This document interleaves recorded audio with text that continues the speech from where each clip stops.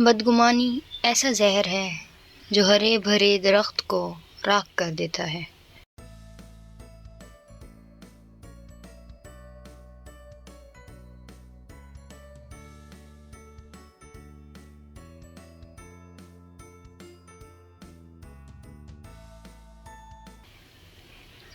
आँखें झुकती हैं तो ज़माने भर की हया अपने अंदर समो लेती हैं।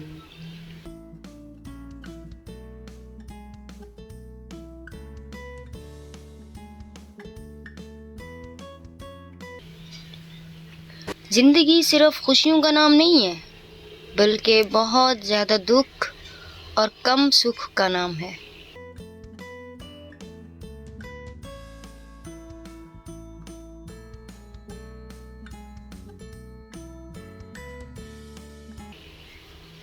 किसी दुखी इंसान का ठहरा हुआ आंसू हजारों खून बहाने से बेहतर है।